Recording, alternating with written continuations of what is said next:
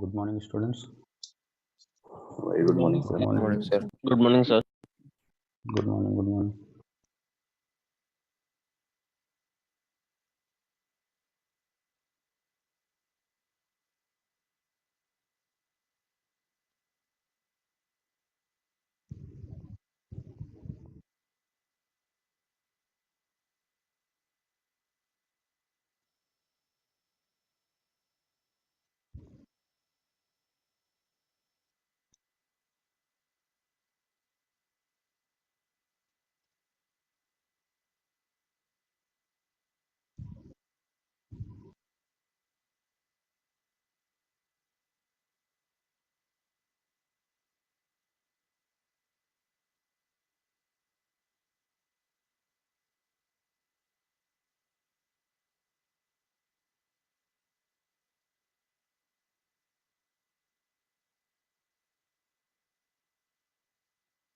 Screen shared है? Yes, sir. Okay. Sir atomic की lecture थी ना आज तो सुबह। नहीं, ये एटॉमिक का बाय मिस्टेक हुआ होगा, सॉलिड ही चल रहा है अभी। अच्छा ओके।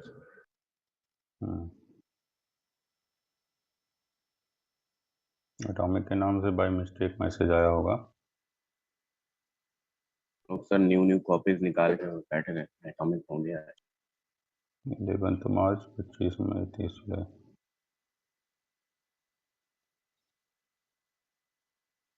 ठीक है, सो लेट अस स्टार्ट। आज हम लोगों को भी इस सॉलिड स्टेट पार्ट में फेस सेंटर्ड क्यूबिक स्ट्रक्चर पहले डिस्कस करना है। देखते हैं। So this is the face centred cubic lattice. अगर इसे हम लैटिस मान लें, this is the lattice where lattice points are available at corners and face centre. जो लैटिस पॉइंट है कहाँ कहाँ पर अवेलेबल है? कॉर्नर और फेस सेंटर पर। फेस कितने होते हैं क्यूब में? क्यूब में टोटल 6 फेसेस हैं। There are 6 faces. जितने भी फेस सेंटर्स हैं उन पर एटम्स अवेलेबल होगा। जितने भी फेसेस हैं टोटल 6 फेसेस, सभी फेसेस पर। यस सर एटॉमिक फिजिक्स की क्लास थी ना? तो जो चल रहा है वही, एक ही टीचर को दोनों पढ़ाना है। मेरे लिए भी सॉलिड स्टेट फिजिक्स फिनिश होगा, उसके बाद स्टार्ट होगा वो। ठीक है। अच्छा sir. So face centred cubic structure या फेस सेंटर्ड क्यूबिक लैटिस पर हम बात करें। So atoms are available at corners. तो जैसे यहाँ पर एटम अवेलेबल है तो आप मान सकते हैं कि यहाँ एक लैटिस पॉइंट है जिस पर ये एटम आया होगा, जिसका 1/8 पार्ट इस कॉर्नर पर दिख रहा है। यहाँ एक फेस सेंटर एटम है जिसका 1/2 पार्ट यूनिट सेल के अंदर है और 1/2 part, half part, unit cell के बाहर है। यहाँ पर ये जो कॉर्नर्स हैं, these corners are also available. तो अगर हम कॉर्नर और फेस सेंटर को लेकर देखें तो इसको हम लोग लैटिस बोल सकते हैं। लैटिस जिसमें पॉइंट्स कॉर्नर पर फेस सेंटर पर है। और इसको स्ट्रक्चर बोल सकते हैं, crystal structure with mono atomic basis. Mono atomic basis के साथ इसको हम लोग एक क्रिस्टल स्ट्रक्चर बोल सकते हैं जिसमें एक्चुअल एटम अवेलेबल है। कॉर्नर पर फेस सेंटर पर एटम्स है, यहाँ पर पॉइंट्स हैं। पॉइंट्स को थोड़ा बिगर साइज में दिखाया है, इसलिए उसको आप लैटिस पॉइंट्स ही मान के चलोगे और उसका कंट्रीब्यूशन जैसे एटम्स का देखते हैं वैसे लैटिस पॉइंट्स का देखेंगे। तो चलिए इसमें हम बात करते हैं। एक लैटिस और एक बेसिस दोनों का इमेज दिखाया है, तो मैं मोनो एटॉमिक बेसिस के लिए क्रिस्टल स्ट्रक्चर और लैटिस पॉइंट, एफसीसी लैटिस, दोनों का डिस्कशन करूंगा। तो सबसे पहले आपके पास पॉइंट आता है, डेफिनेशन क्या है इसका, इस यूनिट सेल में एटम्स कहाँ पर हैं, लैटिस पॉइंट्स कहाँ पर हैं, उसके लिए definition. So in this lattice or structure, in this lattice means in this in FCC lattice or structure, in this lattice or structure, lattice लीजिए या structure लीजिए, lattice points, lattice होगा तो lattice points होंगे और atoms, structure होगा तो उसमें atoms अवेलेबल होंगे। So lattice points or atoms are available at, कहाँ पर अवेलेबल है? Available at 8 corners and 6 face centres. 8 corner और 6 फेस सेंटर पर एटम्स लाई कर रहे हैं, या कह सकते हो आप लैटिस पॉइंट्स अवेलेबल हैं। तो अगर कंट्रीब्यूशन की बात करूं तो मैंने बोला ये 1/8 पार्ट है। कॉर्नर पर जो एटम होगा 8 यूनिट सेल में शेयर्ड है, इसलिए ये सारे कॉर्नर्स के पार्ट 1/8 1/8 एक ही यूनिट सेल दिखाया गया है, जिसमें मैं एटॉमिक कंट्रीब्यूशन 1/8 कंसीडर कर लेता हूं। फेस सेंटर पर कितना पार्ट होगा? 1/2 1/2 हो जाएगा। Face centre always 2 unit cell में कंट्रीब्यूट करता है। तो इस तरह से आप देख रहे हैं कि मैं कॉर्नर और फेस सेंटर सबका कंट्रीब्यूशन नोट कर दे रहा हूं। So you can see here that value of atoms, number of atoms per unit cell अगर हम बात करें तो टोटल 8 कॉर्नर से और 6 फेस सेंटर से कंट्रीब्यूशन मिलने वाला है। ये जो साइड में ड्रॉ करने जा रहा हूं, ये साइड है, मतलब साइड अगर इसको ए बोल दूं और ये भी ए अगर होगी, तो जो फेस डायगोनल होगा उसका लेंथ कितना होगा? Length of face diagonal will be √2a। This is √2a। Face diagonal का जो लेंथ है वो वैल्यू है √2a, √2 times a। Okay, so let us have number of atoms per unit cell. Next point पर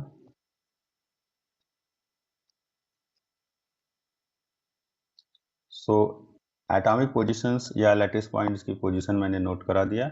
next point है second, face centre means face diagonal का intersection point.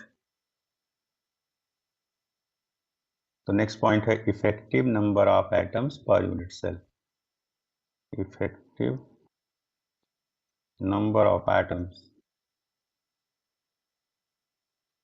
और lattice points per unit cell. एक unit cell में कितने lattice points हैं या एक यूनिट सेल के अंदर कितने एटम्स हैं? एटम्स मतलब मोनोएटॉमिक एटम्स। डायटॉमिक की बात अभी नहीं कर रहे हैं हम लोग, डायटॉमिक जब आएगा स्पेशल उसका डिस्कशन मैं कर दूंगा। NaCl CaCl टाइप स्ट्रक्चर्स होंगे वहां पर, ठीक है, डायमंड क्यूबिक स्ट्रक्चर होगा, ये सभी डायटॉमिक बेसिस वाले होंगे। So effective number of atoms और lattice points per unit cell. एक यूनिट सेल में कितने एटम्स हैं या कितने लैटिस पॉइंट्स हैं? जब हम इसकी बात करते हैं एटॉमिक कंट्रीब्यूशंस की, सो हमें निकालना पड़ता है N effective, and this N effective has values 8 corners. Corners का कंट्रीब्यूशन एक यूनिट सेल के लिए 1/8, दूसरे यूनिट सेल के लिए 1/8, और इस तरह से अगर हम बात करें तो हम कह सकते हैं कि टोटल 8 यूनिट सेल में शेयर्ड है, इसलिए 1/8 1/8 1/8 हर एक यूनिट सेल में कॉर्नर का कंट्रीब्यूशन जाएगा। यहाँ हमें एक ही यूनिट सेल लेना है, 8 कॉर्नर्स हैं, तो 8 मल्टीप्लाई कर देंगे 1/8 में, 6 × 1/2। जितने भी फेस सेंटर पर एटम्स हैं they are lying in 2 unit cell, they are available. आप देख सकते हैं हाफ पार्ट उसका दिख रहा है हेमीस्फीयर के फॉर्म में, ये वाला एटम और ये वाला एटम यहाँ पर देख सकते हैं आप। तो देयर आर टोटल 6, यहाँ टोटल 6 सरफेसेस हैं, टोटल 6 सरफेस हैं, तो 6 सरफेस के कारण टोटल 6 × 1/2। तो ये आप टोटल आप देख सकते हैं। अब चाहे इसका कंट्रीब्यूशन भी लें तो इसमें भी इस कॉर्नर पर 1/8, कॉर्नर पर 1/8, फेस सेंटर पर 1/2, इस तरह का कंट्रीब्यूशन आप लैटिस पॉइंट के लिए भी देख सकते हैं, ठीक है। लैटिस पॉइंट्स में भी number of lattice point same वैसे ही होगा जितना मोनोएटॉमिक बेसिस वाले नंबर ऑफ एटम्स का होगा, ठीक है। तो आप देख रहे हैं कि एक लैटिस पॉइंट पर एक एटम रखा गया है और इससे क्रिस्टल बना है। तो आप नंबर ऑफ लैटिस पॉइंट्स देखेंगे, टोटल कितना आया effective number of lattice points? 8 को 8 से कैंसिल करेंगे 1 आएगा, 2 and 3 total will be 4 atoms और lattice points per unit cell. एक यूनिट सेल के अंदर 4 लैटिस पॉइंट्स हैं, या कह सकते हो 4 एटम्स हैं, ठीक है, तो मोनोएटॉमिक बेसिस अगर मिलेगा तो हमें उसमें स्ट्रक्चर में total number of atoms per unit cell कितना मिलेगा, 4। एफसीसी अगर है तो 4 एटम्स पर यूनिट सेल, ये कंट्रीब्यूशन हो जाएगा टोटल एटम्स का। Lattice points per unit cell आप लिखते हो, ये भी एक नॉन प्रिमिटिव यूनिट सेल है, नॉन प्रिमिटिव यूनिट सेल है। तो this is the number of effective atoms per unit cell, ये भी नॉन प्रिमिटिव यूनिट सेल है। नेक्स्ट है what is the relation between R and A. अगर हम लोग relation between R and A की बात करें, जिससे हम लोग आगे नियरेस्ट नेबर डिस्टेंस की बात कर पाएंगे, तो उसके लिए सबसे पहले आपको ज़रूरत है ये देखना कि जो फेस डायगोनल का लेंथ है उस पर कितने एटम्स का कंट्रीब्यूशन आ रहा है और उनके रेडियस वैल्यूज किस तरह से सम हो रही हैं। So relation between R and A B C, relation between R and A लिख देता हूँ, ए बी सी तो इक्वल है तो ए लिखो only, B C A B C they are equal, तो ये समझ में आता है। आप देख रहे हैं कि लेंथ ऑफ फेस डायगोनल कितना लेंथ है फेस डायगोनल का, length of face diagonal, length of face diagonal है √2a, length of face diagonal is equal to 4 times radius of atoms, 4 times radius of atoms. Atoms की radius r है। आप देख रहे हैं कि जो फेस डायगोनल मैंने रेड कलर का दिखाया है उस पर एक एटम कॉर्नर पर है एक साइड में, दूसरी तरफ दूसरा एटम कॉर्नर पर है, तो दोनों का रेडियस ऐड होगा। बीच में एक फेस सेंटर एटम है जिसका पूरा डायमीटर जो होता है वो ऐड होगा, इसलिए r+2 r+r हो जाएगा। ठीक है, so length of face diagonal is √2a and this is equal to 4 times r। इससे आप कह सकते हो कि the value of r is equal to, r मेरा गामा की तरह लग रहा है इसलिए थोड़ा उसको हटा देता हूँ दूसरी तरह का। So r is equal to a/2√2,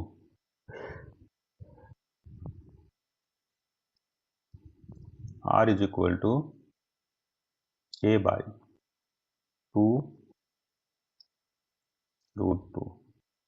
r और a का रिलेशन हमें पैकिंग फ्रैक्शन निकालने में यूज करना पड़ता है, यहाँ मैं पहले से ही r और a का ये रिलेशन लिख ले रहा हूँ। कभी भी r और a को रिलेट करना होगा तो 4r is equal to √2a। कोई डाउट है डिस्टेंस मेजर करने में तो बता देना। ये है r और a का relation, r is radius of atom and a is lattice parameter, lattice constant.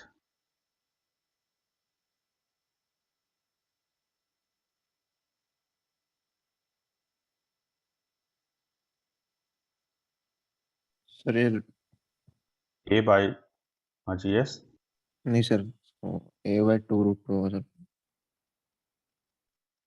a/2√2, yes, वही 2 यहाँ से √2 कैंसिल होगा, 2√2 रह जाएगा। नोट कर लीजिए इसको।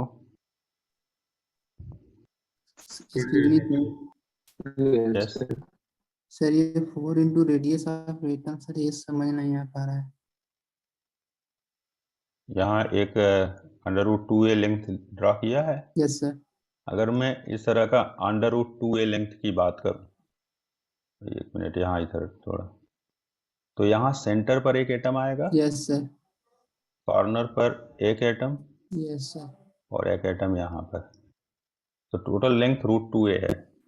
हाँ, yes sir. Total length of this face diagonal का लेंथ √2a है। इस पर सेंटर पर एक एटम है, फेस सेंटर, कॉर्नर पर एक,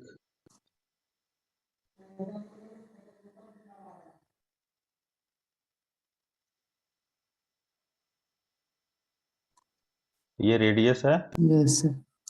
यहाँ रेडियस है, यहाँ रेडियस है, यहाँ रेडियस, तो टोटल लेंथ कितना होगा, 4r। जी सर, हो गया। और वही 4 वही 4r √2a है। Okay, thank you sir.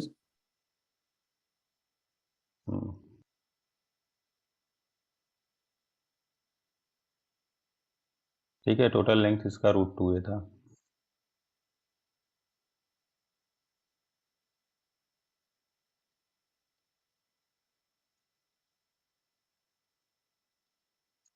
r plus R plus R, 4 बार r चार बार r सम कर रहे हो 4 टाइम्स। थोड़ा सा किनारे वाला एटम का रेडियस ठीक से नोट कर लीजिए तब तक इसको आप लोग।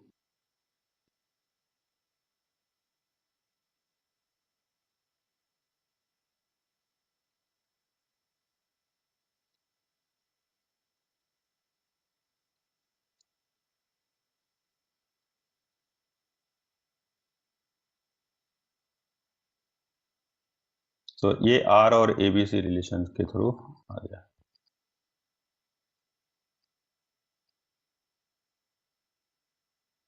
ओके, नेक्स्ट पॉइंट है शॉर्टेस्ट डिस्टेंस भी कैलकुलेट कर लेते हैं। 4th पॉइंट, शॉर्टेस्ट डिस्टेंस की अगर हम बात करते हैं तो हमें एटम्स का देखना पड़ता है किस डायरेक्शन में एटम्स टच कर रहे हैं एक दूसरे को, एटम्स का कांटेक्ट किस डायरेक्शन के अलोंग है, एटॉमिक जो साइज है वो किस डायरेक्शन में टच में है, कांटेक्ट में है। तो शॉर्टेस्ट डिस्टेंस बिटवीन एटम्स, जब कैलकुलेट करते हैं शॉर्टेस्ट डिस्टेंस तो हमें 2r देखना होगा, एंड वैल्यू ऑफ 2r कितना होगा यहाँ पर a/√2। yes, so shortest distance between atoms is 2r and 2r is equal to a/√2। next है nearest neighbor, number of nearest neighbor and their distances। तो next है number of nearest neighbors,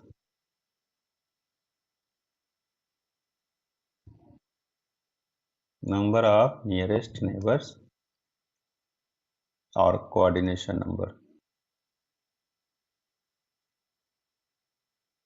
side में एक image दिख रहा है आपको, आप इस इमेज को ध्यान देखेंगे कितने नियरेस्ट नेबर और कोऑर्डिनेशन नंबर यहाँ पर अवेलेबल। तो रेफरेंस एटम एक किसी फेस सेंटर को मान लीजिए। ओके, किसी फेस सेंटर को एक रेफरेंस एटम मान लीजिए। उस फेस सेंटर को अगर हम reference atom, yes there are total 12 nearest neighbours. 12 कैसे हुआ, आप देख रहे हैं कि एक यूनिट सेल यहाँ साइड में बन सकता है, 2 यूनिट सेल सपोज इस तरह से हमारे पास अवेलेबल है। तो जब भी हम लोग एक फेस सेंटर को एज ए रेफरेंस मान लेंगे तो एक एटम, दूसरा, तीसरा, चौथा, 4 एटम्स उसको अपने प्लेन में मिलेगा। 4 एटम्स उस प्लेन के कॉर्नर्स को हम लोग बोल देंगे और वो चारों कॉर्नर्स नियरेस्ट नेबर होगा। नियरेस्ट नेबर की डिस्टेंस क्या हो जाएगी, √2a/2, half face diagonal, face diagonal का आधा लेंथ, या कह सकते हो a/√2। शॉर्टेस्ट डिस्टेंस जो लिखा है वही है। तो इस कॉमन फेस, ये जो फेस है हमारे पास, इस फेस में फेस सेंटर के लिए 1 2 3 4 नियरेस्ट नेबर हैं। There are 4 nearest neighbours for the atom available at face centre. और उस फेस सेंटर वाले एटम के लिए अगर 4 नियरेस्ट नेबर उसके प्लेन में है तो और एटम्स भी हैं अभी, वो कहां पर हैं। तो अगर एक ये ले लूं, दूसरा ये ले लूं, तीसरा ये, चौथा ये, 4 एटम्स ये हो गए। तो 4 एटम्स जो, अब देखिए एक कॉमन सरफेस होगा यहां पर अगर, तो इसके साथ एक फेस सेंटर यहां मिलेगा, एक फेस सेंटर आगे वाले प्लेन में, पीछे वाले प्लेन में भी मिलेगा, है ना। तो हम, और एक नीचे प्लेन रहेगा उसमें रहेगा। ये 4 जिनके साथ ये कॉमन सरफेस है, जिसके साथ ये 90 डिग्री पर सरफेस बन रहा है, वो 2 यूनिट सेल के जितने सरफेसेज हैं, जैसे मान लो ये कॉमन सरफेस है, जिसका फेस सेंटर आपने लिया है वो कॉमन सरफेस, फेस सेंटर उसका चूज कर लीजिए। ठीक है, एक बार और इसको बनाता हूं, रुकिए। तो मैं आपसे ये जस्ट ये बता रहा हूं कि जैसे मान लो आपके पास 2 यूनिट सेल्स हैं, 2 यूनिट सेल आप इस तरह से बना लीजिए पहले।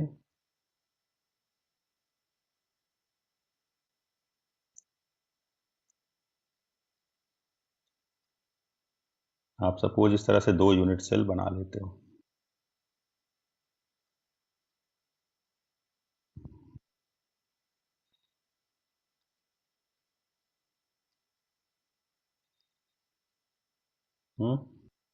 सपोज ये 1 यूनिट सेल बना हुआ, इसे मैं 2 पार्ट्स कर दूंगा तो 2 यूनिट सेल हो जाए।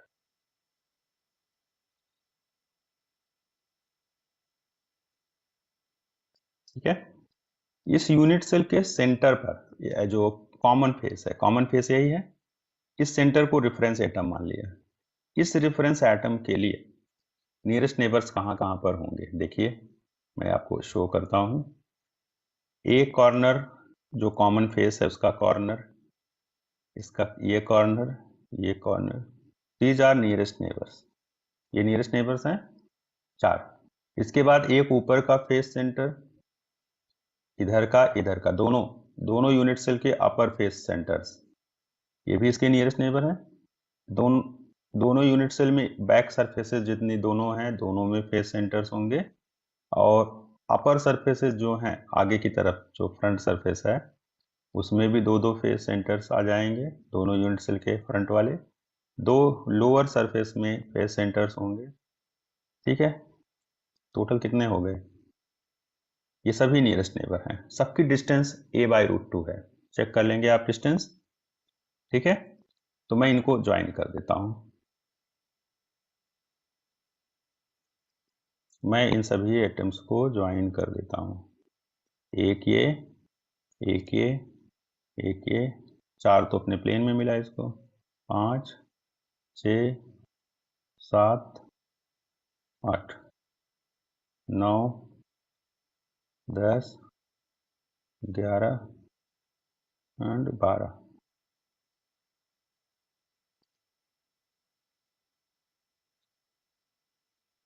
क्लियर हो गया?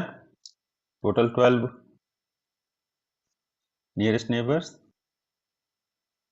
हालांकि इमेज में बना हुआ था, लेकिन एक बार इमेज खुद से भी बनाना चाहिए हम लोगों को। अगर मैं कॉर्नर लेता, कॉर्नर, तो हमें जब देखते तो हमें वैसा ही फेस सेंटर मिलता जैसे फेस डायगोनल के along face centre a/√2 distance में मिलता, जैसे सिंपल क्यूबिक में हमें सेकंड नेबर मिलता था। सिंपल क्यूबिक में सेकंड नेबर का नंबर भी 12 ही था। सेम वैसे ही मिलता, जैसे वहां पर तो √2a डिस्टेंस पर था, उसकी आधी डिस्टेंस पर यहाँ FCC वाला नियरेस्ट नेबर मिल जाता अगर कॉर्नर लेता। तो कॉर्नर लेने पर ऐसी बात कर रहा हूँ, कॉर्नर अगर लेते तो हमें जो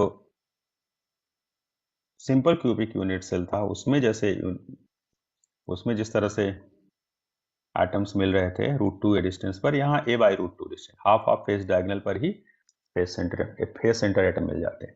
तो मैंने वही उतना ही एटम दिखा रखा इस इमेज में जितना नियरेस्ट नेबर में कंट्रीब्यूट कर रहा है। सेकंड नेबर में अगर हम बात करें तो सेकंड नेबर में कितने नंबर ऑफ एटम्स होंगे, बताएं आप लोग?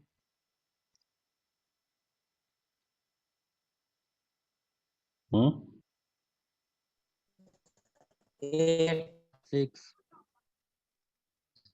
6 होगा, yes.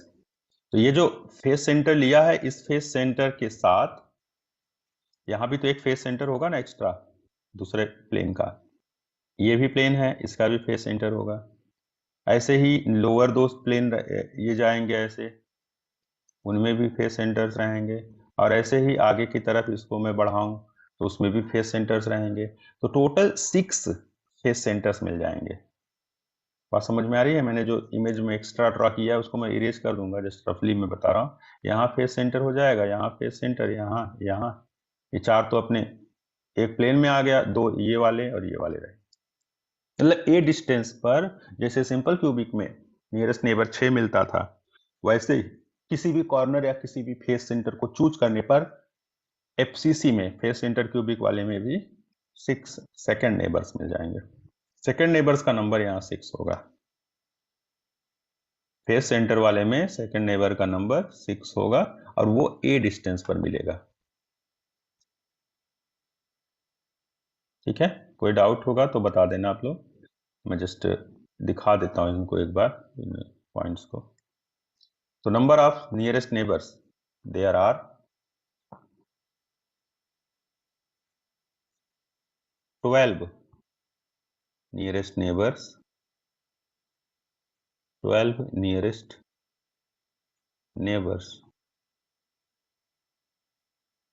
at distance, shortest distance जो है वही लिख देता हूँ a by root 2, half of face diagonal, at distance a by root 2 from the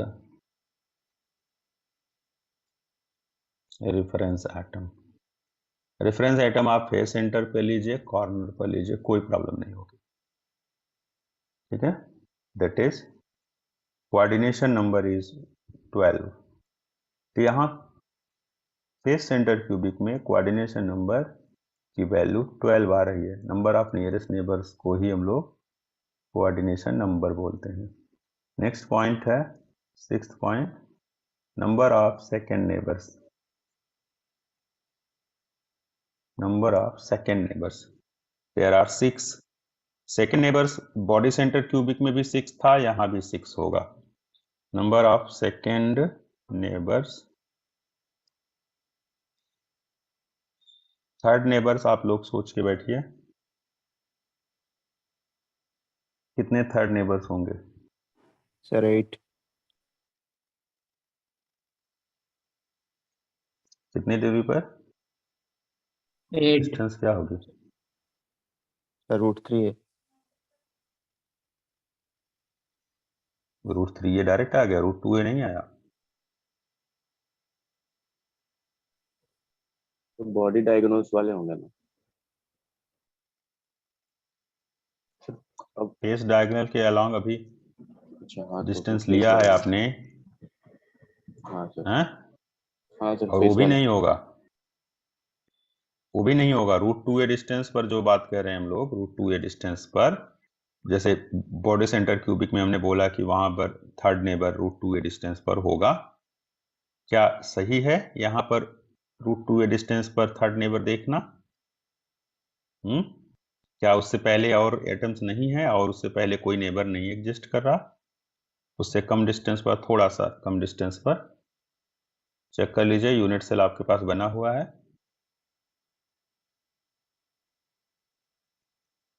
देखिए आपने a बाई √2 लिया, a बाई √2 का मतलब लगभग 0.707, डिस्टेंस a ले लिया, a का मतलब जान ही रहे a है। अब डिस्टेंस थोड़ा और बढ़ाओगे, √2a डायरेक्ट चले जाओगे या उसके पहले थोड़ा डिस्टेंस कोई और है? सर ए हाँ, सर ए। सर उसके ऊपर नीचे कितनी जो डिस्टेंस? ऊपर नीचे वाला कॉर्नर है वो उसी का। अरे तो ऊपर नीचे मतलब ये कह रहे हो क्या, इस कॉर्नर के लिए ये वाला कॉर्नर? नो सर, देखो आपने क्या कर रहे हो फिर बताओ।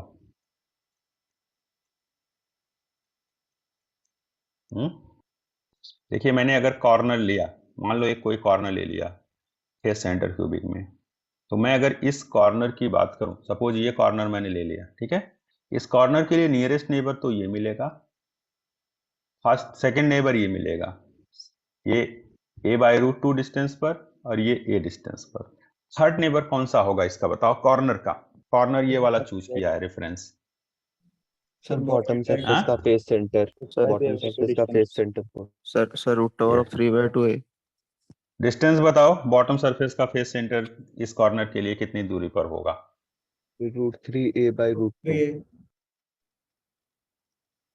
यस, इसकी डिस्टेंस √3 बाई √2a, चेक करो।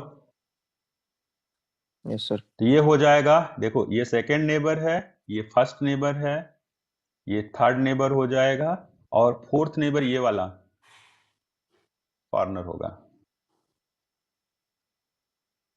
चेक कीजिए मैं जो बात बोल रहा हूं समझ में आ रही सबको या नहीं समझ में आ रहा?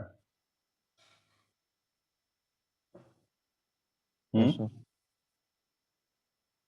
एक कॉर्नर लिया, कॉर्नर लिया, कॉर्नर से अगर मैं कैलकुलेट करूं तो नियरेस्ट नेबर a/√2 डिस्टेंस पर होगा। यस, फेस सेंटर है, ये वाला फेस सेंटर लो या यहाँ से ये वाला फेस सेंटर ले लो, ये सभी nearest neighbour. Second neighbour a distance पर इस वाले एटम को लो या इस वाले एटम को ले लो या इस वाले एटम को, सभी a डिस्टेंस पर है ना, a डिस्टेंस पर।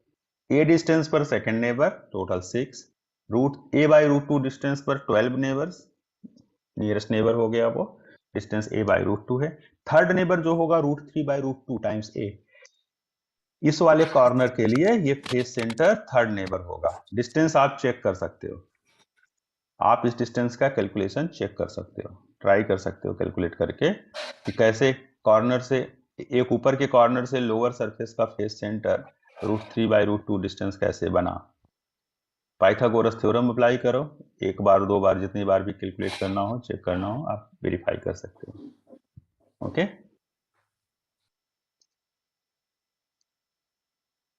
तो आप अगर इसको फिर से बता रहा हूं, ये रेफरेंस एटम अगर लिया, इसका nearest neighbour face centre, face centre के लिए कॉर्नर नियरेस्ट नेबर होगा, कॉर्नर के लिए फेस सेंटर होगा। ये तो चलो a/√2 डिस्टेंस पर ये रेफरेंस एटम हुआ तो इसके लिए हो गया नियरेस्ट नेबर। सेकेंड नेबर ये वाला एटम होगा, सेकेंड नेबर होगा ना ये। थर्ड नेबर ये वाला एटम होगा, लोअर सरफेस का फेस सेंटर ये वाला एटम होगा। ये वाला एटम क्या होगा, थर्ड नेबर। ये सेकेंड नेबर, ये फर्स्ट नेबर, ये थर्ड नेबर। तो मैं फर्स्ट सेकेंड थर्ड लिख देता हूं, आप लोग उसको थोड़ा सा वेरीफाई कर लेना और नंबर्स मुझे बता दो कितने होंगे इस तरह से third neighbours. Number of third neighbours कितना होगा पूरे यूनिट सर, सेल के? 24 सर 8 24 24 यस करेक्ट, 24 करेक्ट है। तो मैं रेफरेंस एटम यहां लेता हूं, ये फर्स्ट नेबर है, फर्स्ट मतलब नियरेस्ट नेबर, ये सेकेंड नेबर है and this one is, yellow colour दिख रहा है ना, येलो कलर दिख रहा है, हाँ Yes, sir. Yes sir. ठीक है। तो फर्स्ट ये है सेकेंड और ये है थर्ड नेबर, फोर्थ नेबर यहाँ कहीं आएगा जो ये वाला होगा, ये फोर्थ नेबर आएगा। डिस्टेंस यहाँ लिख लो a/√2, इसकी डिस्टेंस हो जाएगी a और इधर डिस्टेंस हो जाएगी √3/√2 टाइम्स a।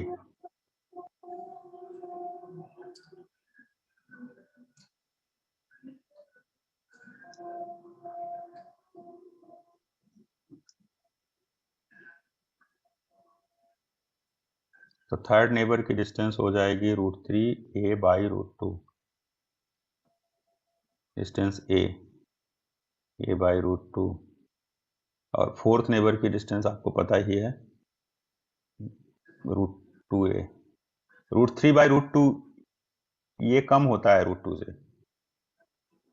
है ना, चेक कर लिया ना, डिस्टेंस तो कैलकुलेट कर लिया होगा आपने, वेरीफाई कर लिया होगा कि हाँ सर, √3/√2 1.22 ये आता कैसे है होगा। हाँ 1.22 आएगा यस, ठीक है। तो ये third neighbour, first neighbour, fourth neighbour भी मैंने लिखा है लेकिन डिस्टेंस उसकी थोड़ा ज्यादा होगी, नियरेस्ट नेबर से 2 टाइम्स ग्रेटर, नियरेस्ट नेबर से 2 टाइम्स ग्रेटर डिस्टेंस हो जाएगी।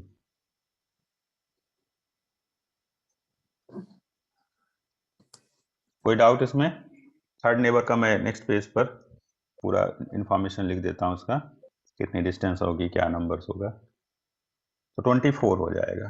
तो फिफ्थ के बाद, सिक्स्थ के बाद seventh point, number of third neighbors.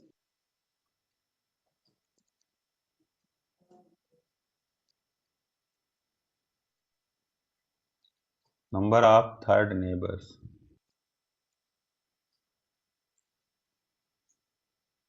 There are 24 third neighbors.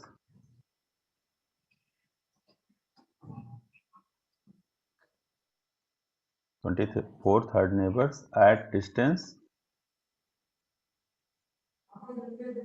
√3/2 √3/√2 times a। मैं इसीलिए स्क्वायर रूट दोनों के साथ लिख रहा हूँ, कहीं ऐसा ना हो कि बोलने में कहीं आप बोलो कि √3/2 कह दो, तो उसमें क्या होता है कि वो नीचे डिनोमिनेटर में स्क्वायर रूट है, ये बात समझ में नहीं आती। इसलिए मैं √3/√2 बार बार बोल रहा हूँ, दोनों में रूट है, स्क्वायर रूट है। अदरवाइज √3/√2 बोलो तो ही समझ में आता अदर स्टूडेंट्स को, नहीं तो ये लिख देंगे √3। मैं ऐसे भले लिख दूंगा, तो इसमें रूट बोलूंगा फिर 3/2 बोलूंगा, तो कई बार 2 के साथ लोग स्क्वायर रूट नहीं समझ पाते कि उसके साथ लगा है कि नहीं लगा। ठीक है, तो √3/√2 times a। This is the third neighbour distance at distance from reference atom. Reference atom corner पर मैंने लिया। 24 काउंट करके चेक कर लेना आप लोग। एक यूनिट सेल के लिए 3 मिलेगा, तो 8 यूनिट सेल जिसमें शेयर्ड होगा वो कॉर्नर, उसके लिए 24 हो जाएगा। नेक्स्ट है एक फोर्थ पॉइंट भी लिख देता हूं, number of fourth neighbours. Number of fourth neighbours. Sir ये थर्ड वाला थोड़ा समझ नहीं सर, 3 कैसे होगा? 3 मतलब नहीं समझा सर मतलब एक यूनिट मैंने। सेल के लिए 3 होगा, मैंने यही बोला है कि एक यूनिट सेल के लिए 3 होगा। ये नहीं समझ में आ रहा है? Yes sir. इस वाले इमेज में देखो,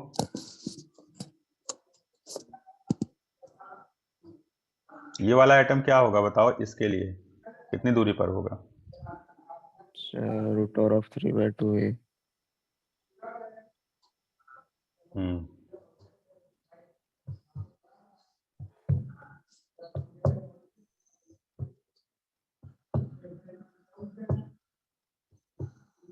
और इसी वाले से इस वाले फेस सेंटर की दूरी देखो,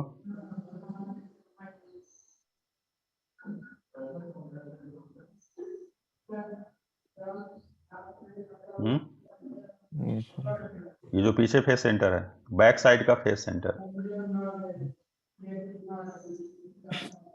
सब वही √3/3 मिलेंगे टोटल। एक यूनिट सेल में तीन एटम्स मिलेंगे जो कि इसके थर्ड नेबर्स होंगे। जैसे मान लो मैं एक इस क्यूब बना दूं इस तरह का, और थोड़ा साउंड म्यूट रखिए प्लीज।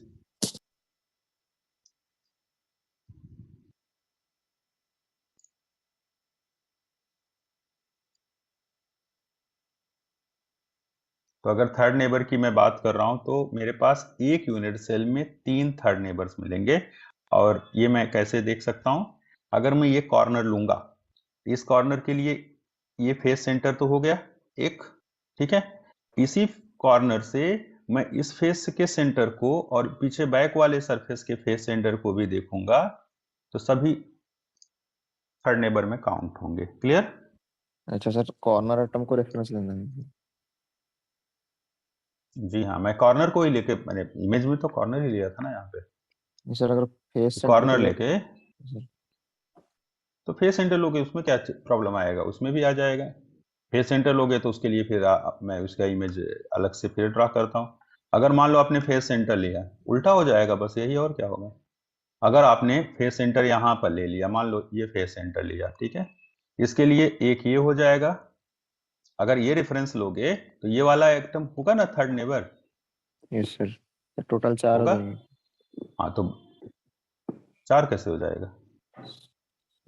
और एक यहाँ होगा और दूसरा कहाँ होगा इसके लिए?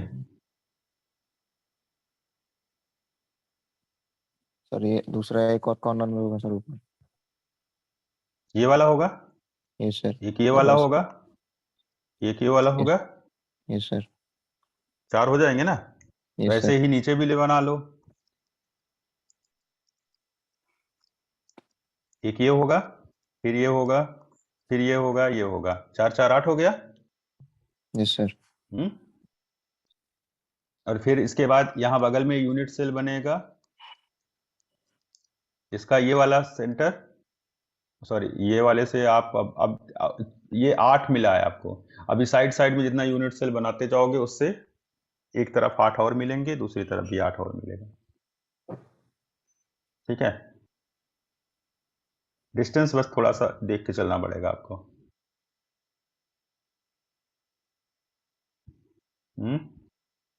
आगे बगल साइड साइड में जो यूनिट सेल्स बनेंगे उसमें कहाँ कहाँ पर एटम्स आएंगे?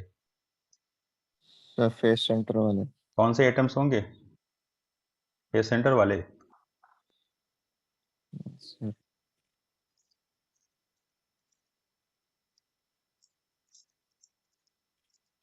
कौन से फेस सेंटर वाले भाई?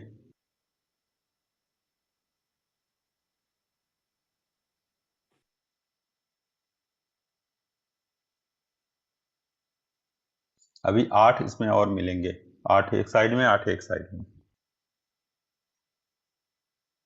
देख लेना, डिस्टेंस देख लेना कौन से एटम्स हैं जो कि √3/√2 ये डिस्टेंस पर हैं।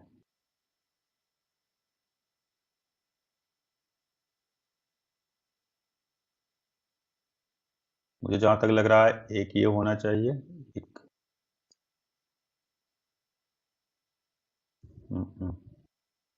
फेस सेंटर होंगे ये चारों, और इधर सर कॉर्नर 8 वाला हो नहीं जाएगा, होगा। इधर से फेस सेंटर। हाँ तो देख सर लेना, ये वाला देख लेना, वो जो जैसा भी होगा इमेज थोड़ा, मैं कह फेस रहा हूँ सेंटर इमेज वाला बना के सही है देख क्या? लेना, आपको कॉर्नर लेना है। हाँ ठीक है, वो फेस सेंटर वाला ही लेके 8-8 हो जाएंगे दोनों साइड में। बट सर वो बेस वाला फेस सेंटर थोड़ी ना होगा, तो उसमें तो फिर उसकी डिस्टेंस ए हो जाएगी ना। हाँ देख लेना, मैं कह नहीं रहा हूँ कि वो होगा या नहीं होगा, मैं कह रहा हूँ 8 आपको मिल गया, 8 एक साइड में, 8 एक साइड में, और भी आपको मिलेंगे। ठीक है, ओके सर। चेक कर लेना, चेक करना तो आ ही रहा है आपको, बस आप देख लेना कि ऐसा है ना, स्ट्रक्चर अगर आइडेंटिकल है तो किसी भी एटम को लो, अगर चाहे कॉर्नर का ले रहे हो या फेस सेंटर का ले रहे हो, उसके लिए थर्ड नेबर हो, सेकंड नेबर हो, फर्स्ट नेबर हो, सब सेम नंबर में मिलेगा। बिकॉज इन्वायरमेंट या कह सकते हो आप सराउंडिंग्स ऑफ कॉर्नर और face centre they are same. Corner के लिए देखोगे, फेस सेंटर के लिए देखोगे, एक जैसा सराउंडिंग है, तो आप उसमें डिफरेंट टाइप का कैलकुलेशन कर ही नहीं सकते। जिसमें एक में अगर 8 एटम आ रहा है तो दूसरे में भी 8 ही आएगा, अगर पहले में 6 आ रहा है तो दूसरे वाले में भी 6 आएगा। तो इसलिए हमें ये नहीं सोचना है कि कॉर्नर ले लिया तो फेस सेंटर का क्या होगा, फेस सेंटर ले लिया तो कॉर्नर, अलग अलग नहीं होगा, because they are identical crystal structures and corner face centres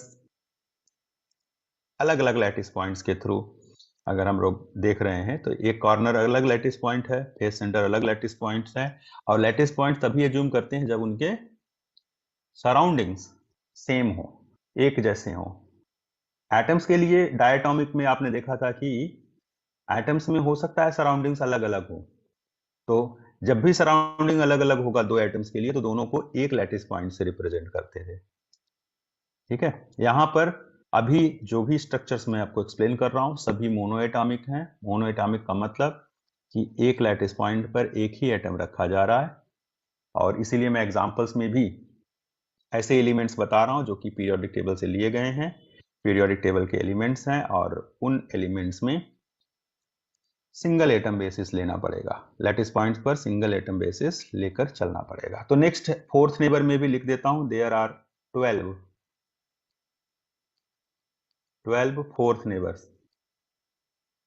face centre cubic में जो फोर्थ नेबर है वो बॉडी सेंटर क्यूबिक में जैसे थर्ड नेबर था वही है, 12 एटम्स है ना, 12 fourth neighbours.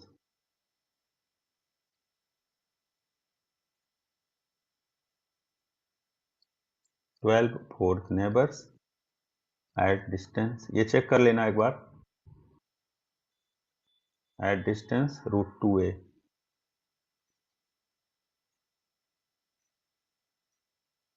From reference atom.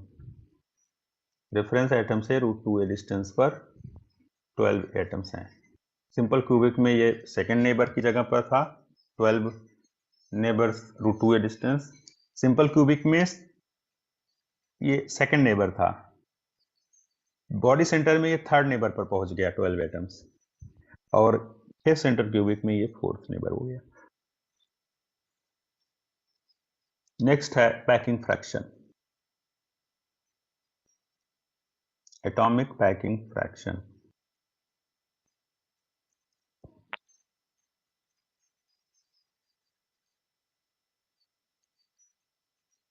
Atomic packing fraction, APF. Atomic packing fraction का फार्मूला हमने लिखा था वॉल्यूम ऑफ एटम्स। न्यूमरेटर में वॉल्यूम ऑफ एटम्स, जितने भी एटम्स यूनिट सेल के अंदर हैं सबका वॉल्यूम न्यूमरेटर में लेंगे और उन एटम्स के वॉल्यूम को टोटल वॉल्यूम निकालेंगे तो उसको डिवाइड कर देंगे यूनिट सेल के वॉल्यूम से। यूनिट सेल का वॉल्यूम न्यूमरेटर डिनोमिनेटर में रखेंगे, डिनोमिनेटर में यूनिट सेल का वॉल्यूम। इससे पता चलेगा कि यूनिट सेल का कितना परसेंट पार्ट, कितना फ्रैक्शनल पार्ट एटम्स ने ऑक्युपाई कर रखा है। ठीक है, so this is N effective. N effective is 4 atoms, 4/3 pi. R की वैल्यू मैंने लिखा था a/2√2 whole cube divided by a cube. तो यहां पर आप देख रहे हैं कि 4 × 4/3 पाई मल्टीप्लाइड बाई a/2√2। 2√2 को मतलब 8 बोलते हैं हम लोग, और 2√2 मतलब √8 ना, 8√8 हो जाएगा। ये फाइनली चेक करो, π/2√3 आता है क्या?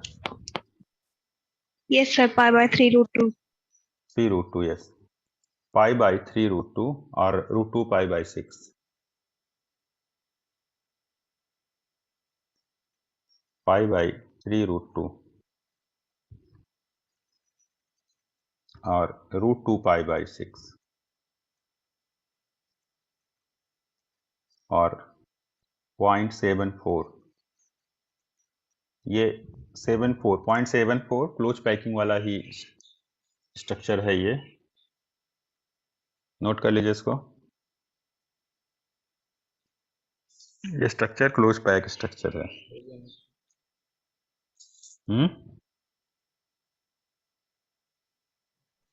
सो नेक्स्ट है टाइप ऑफ पैकिंग।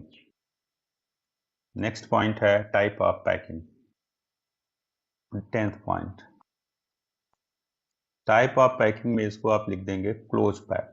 सर एक सेकंड प्रीवियस स्लाइड शो करिएगा। एक ठीक है,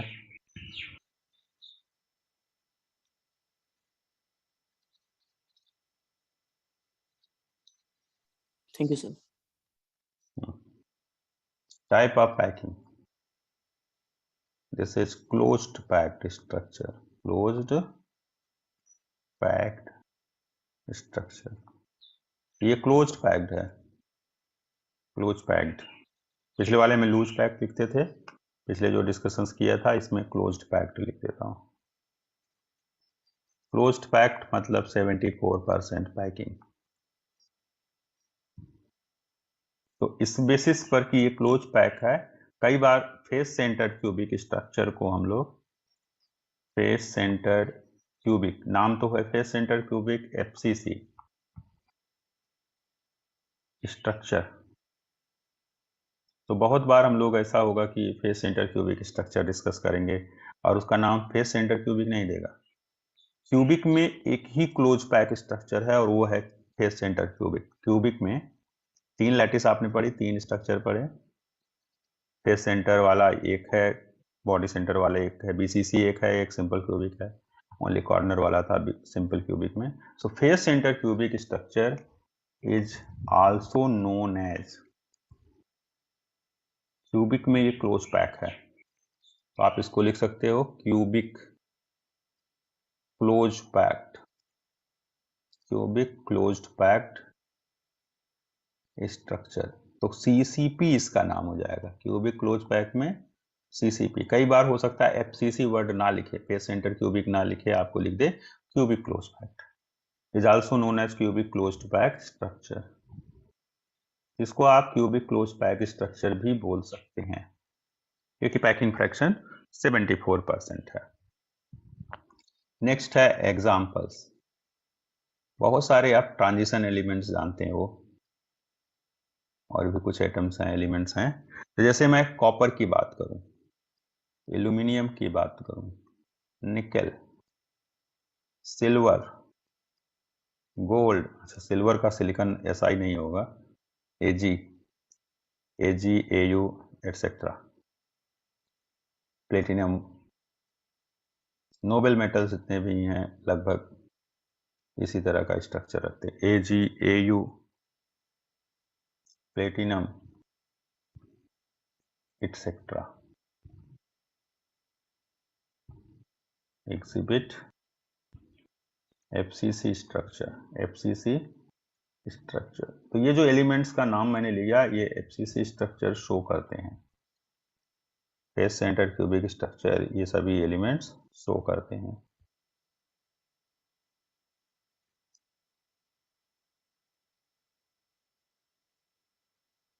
ठीक है, अब मैं आपसे पूछूंगा, दो कैलकुलेशन आपने किया, क्लोज पैक आपने कैलकुलेट किया 2D में, आपने कैलकुलेट किया 3D में, किया है ना? 2 डायमेंशन में किया था क्लोज पैक।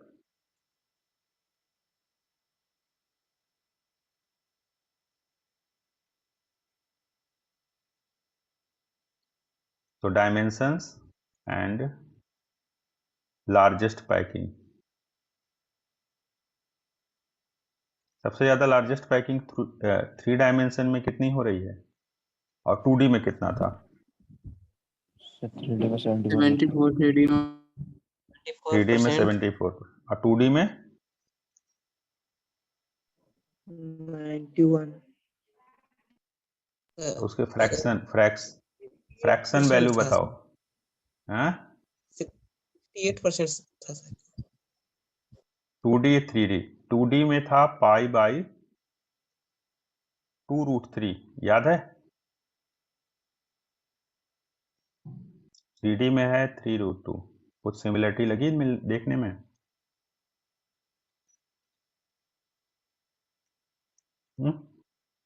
π/2√3, π/3√2, कुछ सिमिलर है, मिलजुल रहा है?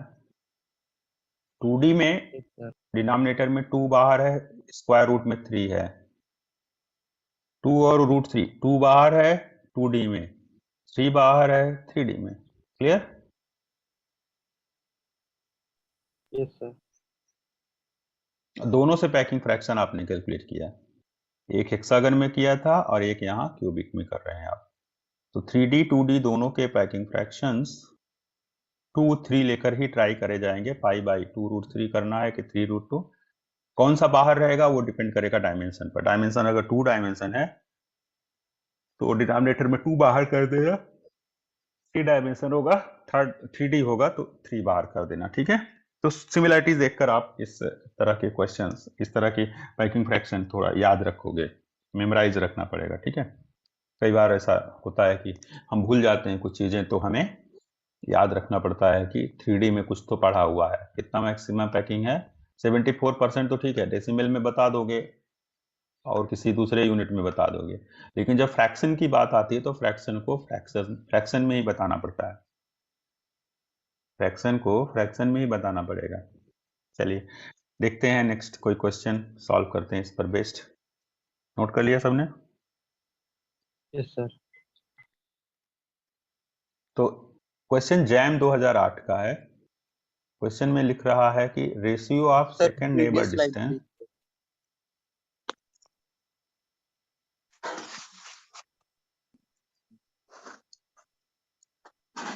Yes sir. हो गया? Yes sir.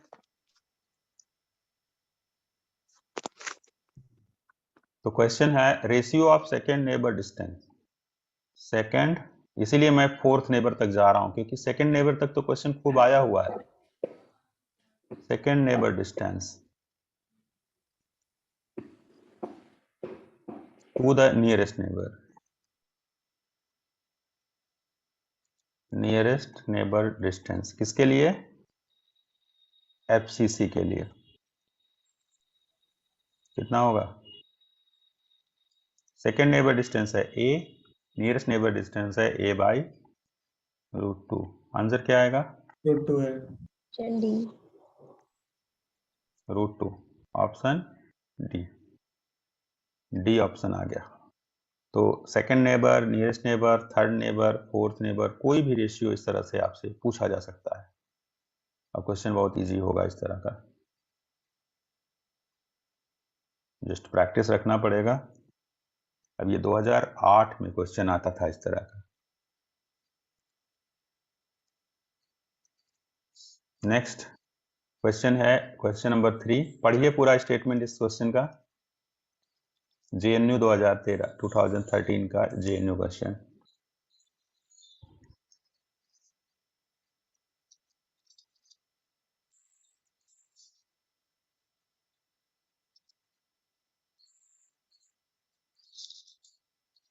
पढ़ के बताइए आंसर कितना आएगा। 0.7। पूरा इंफॉर्मेशन जो है वो Face फेस centered सेंटर के लिए क्यूबिक sir, के लिए तो- दिया। यस, APF पैकिंग फ्रैक्शन जो है वो कितना आएगा, that will be 0.74। 0.74। Yes. Next में एक टेबल बना रखा है। इस टेबल में मैं जस्ट ये टेबल डाल दूंगा क्लास के नोट्स में, PDF में, ठीक है। सर प्रीवियस आप स्लाइड इसमें पे देख लिख दी। सकते,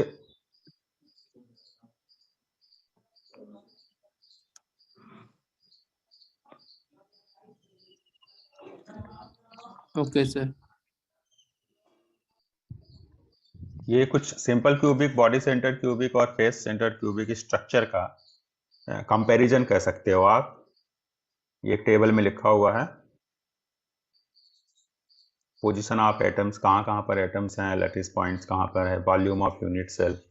तो आप देख रहे हैं कि सिंपल क्यूबिक में ओनली कॉर्नर पर एटम्स होते हैं, कॉर्नर पर लैटिस पॉइंट्स हैं, कॉर्नर के साथ बॉडी सेंटर होगा तो BCC हो जाएगा, FCC में कॉर्नर के साथ फेस सेंटर होता है।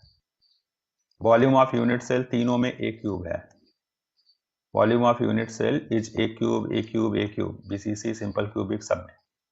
Number of atoms per unit cell, simple cubic में 1 एटम था यूनिट सेल के अंदर, बॉडी सेंटर में 2 एटम्स, फेस सेंटर क्यूबिक में 4 एटम्स है, 4 एटम्स।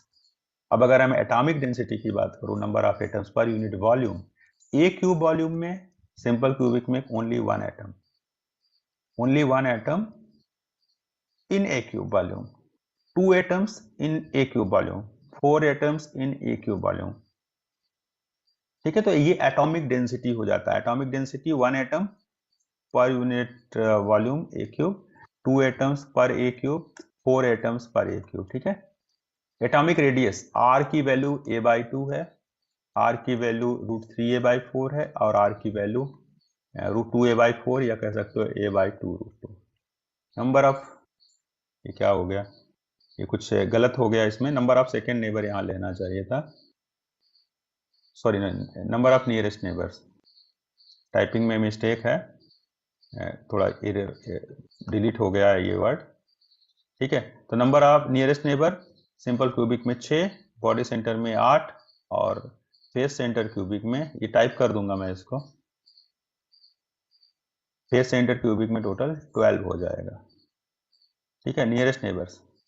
फिर नियरेस्ट नेबर का डिस्टेंस सिंपल क्यूबिक में A डिस्टेंस पर नियरेस्ट नेबर्स हैं, बॉडी सेंटर में √3A/2 डिस्टेंस पर और फेस सेंटर में A/√2। एक बार इस टेबल को देख लीजिए, इस टेबल को देख लीजिए, मैंने सारा पॉइंट डिस्कस कर रखा है ऑलरेडी क्लास में और उसी को एक टेबल के फॉर्म में मैंने दिया है, जिससे कि कई सारी चीजें जो हमें भूल जाती हैं कई बार वो याद हो जाए।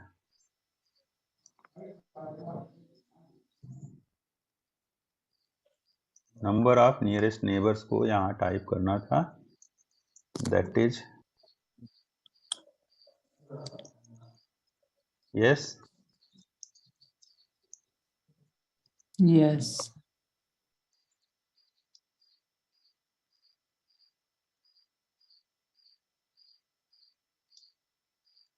एक बार देख लीजिए टेबल में सारा पॉइंट कवर हो गया था। नियरेस्ट नेबर तक यहाँ पे मैंने लिखा, अगले पेज पर सेकंड नेबर, थर्ड नेबर सब कुछ लिखा हुआ है। Okay, so up to nearest neighbour आप देख लीजिए, सारा इंफॉर्मेशन आपको याद रखना पड़ेगा, इस पर बेस्ड एक क्वेश्चन श्योर आने का चांस रहता है। सो नेक्स्ट है 8th point, number of second neighbours. Simple cubic में सेकेंड नेबर था 12 थे, सेकेंड नेबर्स 12 थे सिंपल क्यूबिक में। बीसीसी में 6, एफसीसी में 6। बॉडी सेंटर क्यूबिक स्ट्रक्चर में भी 6 सेकेंड नेबर थे, एफसीसी में भी 6 सेकेंड नेबर थे। Distance of second neighbour in simple cubic में सेकेंड नेबर √2a डिस्टेंस पर था, बॉडी सेंटर और फेस सेंटर में डिस्टेंस a थी। Third neighbours, number of third neighbours. Simple cubic में 8 हैं third neighbour, distance √3a। Body centre में 12 second third neighbours थे, 12 थर्ड नेबर्स, डिस्टेंस ही √2a।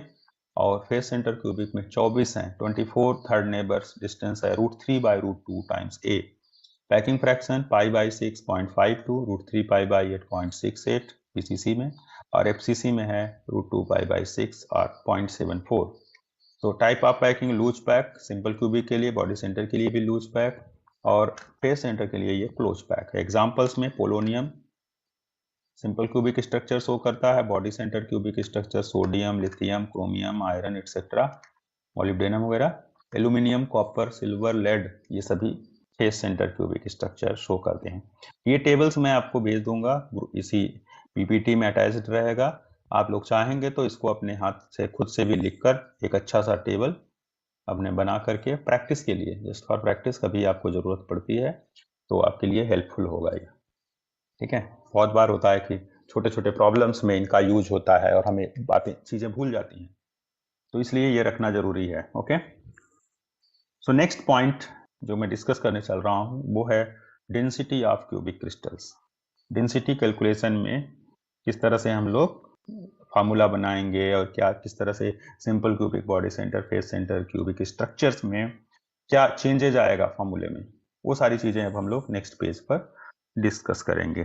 तो टॉपिक है डेंसिटी ऑफ क्यूबिक क्रिस्टल्स। ठीक है, तो ये 2 पेज आप लोग प्रैक्टिस कर लेना, अच्छे से याद कर लेना। नेक्स्ट है डेंसिटी ऑफ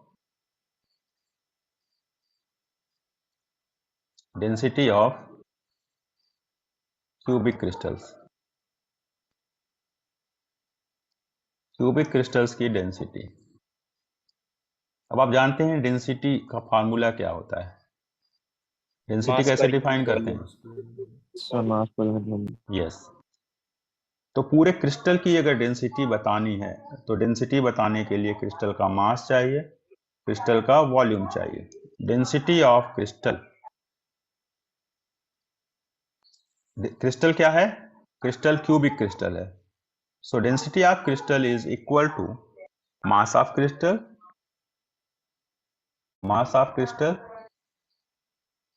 कैलकुलेट कर लो, mass of crystal divided by volume of crystal,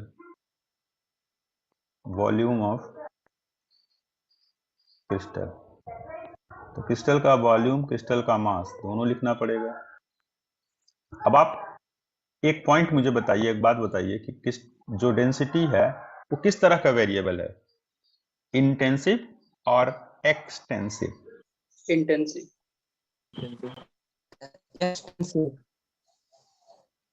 density intensive. Is an intensive variable. Yes, intensive का मतलब है साइज बढ़ाने घटाने पर मास और वॉल्यूम दोनों सेम रेशियो में बढ़ेगा। ऐसा नहीं है कि मास बढ़ जाएगा साइज बढ़ाने पे और वॉल्यूम नहीं बढ़ेगा। Mass and volume both increases. So density is an intensive variable, intensive property कह सकते हो आप। दिस इज इंटेंसिव प्रॉपर्टी, मतलब मास और वॉल्यूम दोनों तो बढ़ेगा ही। अगर आप साइज बढ़ा दोगे क्रिस्टल का तो ऑफकोर्स उसका वॉल्यूम भी बढ़ेगा, मास भी बढ़ेगा। तो दोनों सेम रेशियो में, अगर मास 2 गुना होगा तो वॉल्यूम भी 2 गुना होगा, मास 4 गुना होगा तो वॉल्यूम भी 4 गुना हो जाएगा। Means density is fixed quantity. Density कभी भी साइज के ऊपर डिपेंड नहीं करती, छोटा साइज हो बड़ा साइज हो, डेंसिटी ऑलवेज फिक्स्ड होगी। तो डेंसिटी अगर फिक्स्ड है, in that case we can say that density of crystal will be equal to mass of crystal, mass of volume of crystal लिखा। अब इसमें मैं यूनिट सेल की प्रॉपर्टी ले लेता हूं। मास ऑफ क्रिस्टल को मैं रिप्लेस कर रहा हूं मास ऑफ यूनिट सेल से। भाई क्रिस्टल में छोटा लूं यूनिट सेल के साइज का, या क्रिस्टल बड़ा सा लूं 5 सेंटीमीटर, 10 सेंटीमीटर या 1-2 मीटर का, तो डेंसिटी तो कांस्टेंट रहेगी ना। तो mass of unit cell divided by volume of unit cell,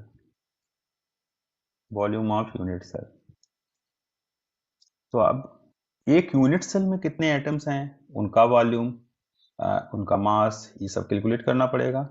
तो आप ये ध्यान देंगे कि जो मास ऑफ यूनिट सेल की बात आती है तो यूनिट सेल का एज इट इज मास नहीं होगा कि उसके अंदर कहीं से मास आ गया है। यूनिट सेल का अंदर जो एटम्स हैं उन्हीं का मास यूनिट सेल का मास होगा। यूनिट सेल का मास कुछ अलग बात नहीं होती है, ये जो जितने एटम्स हैं उनका मास ही यूनिट सेल का मास हो जाएगा। तो यूनिट सेल में कितने एटम्स थे, an effective.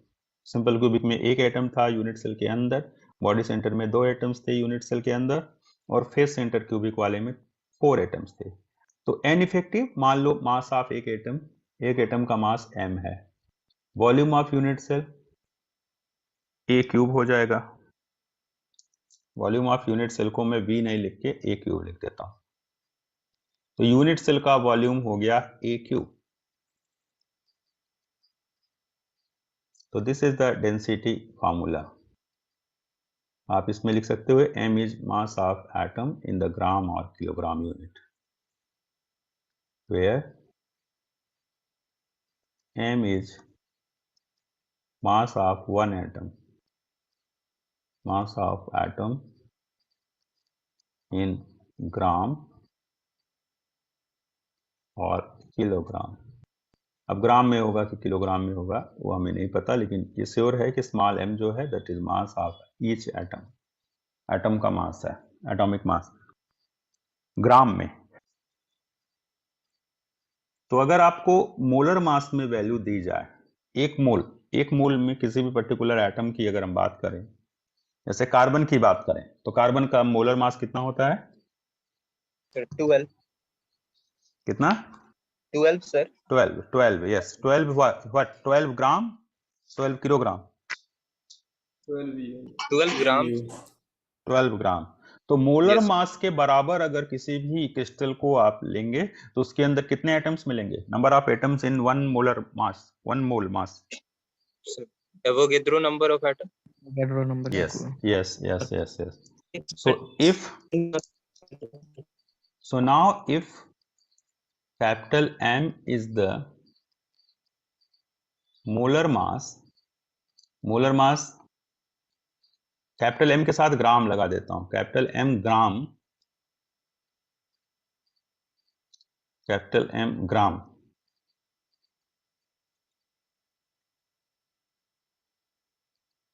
is the molar mass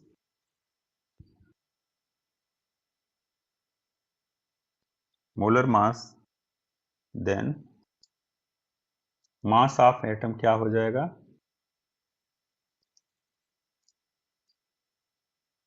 mass of atom will be small m is equal to capital M upon Na. Yes, Avogadro number, where Na is Avogadro's number. Avogadro's number, Na जो है वो Avogadro number है, ठीक है। And therefore equation 1 implies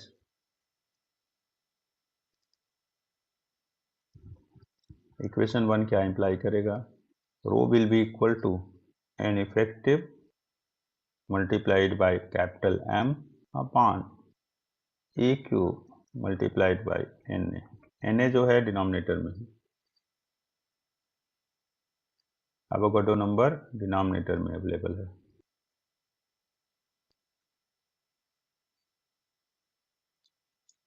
Na denominator में है।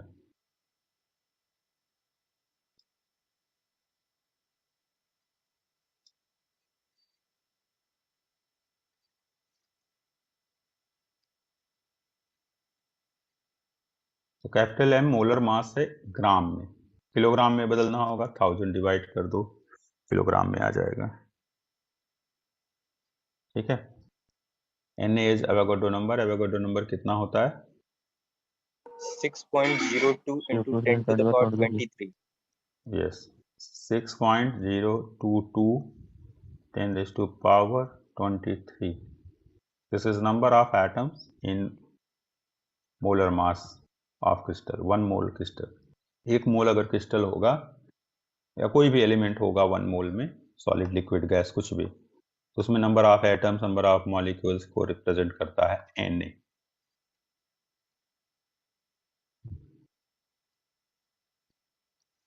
Okay, सो अब मेरे पास कुछ क्वेश्चंस हैं इस पर बेस्ड जो कि सॉल्व करना है हमें।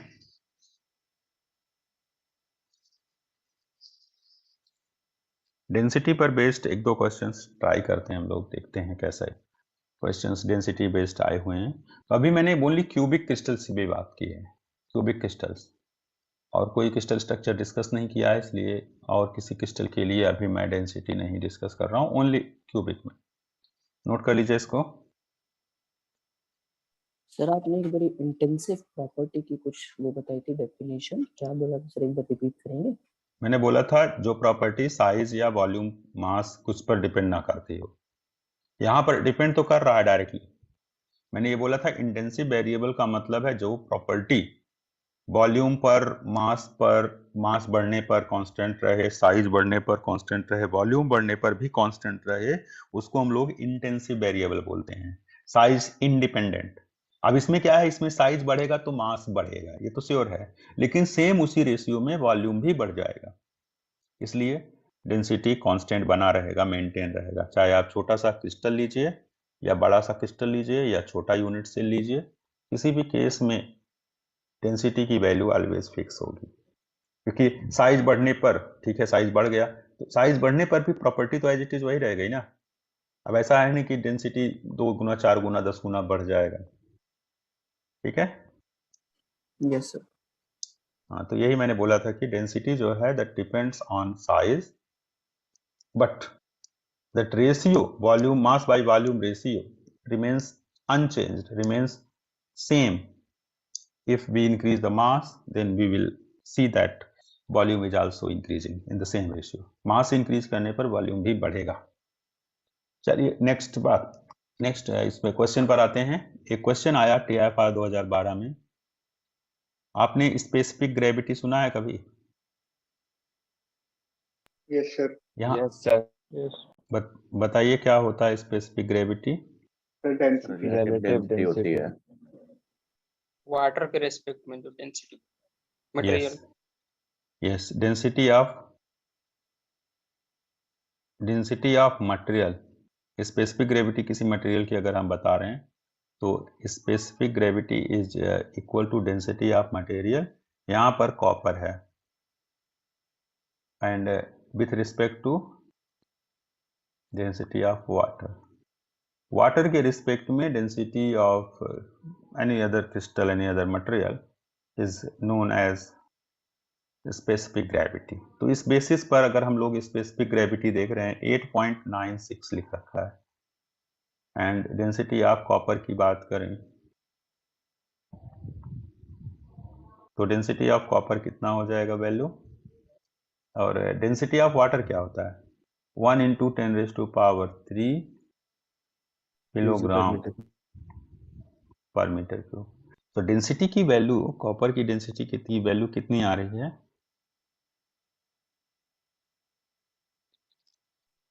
8960 kg per meter. Density of copper is 8.96.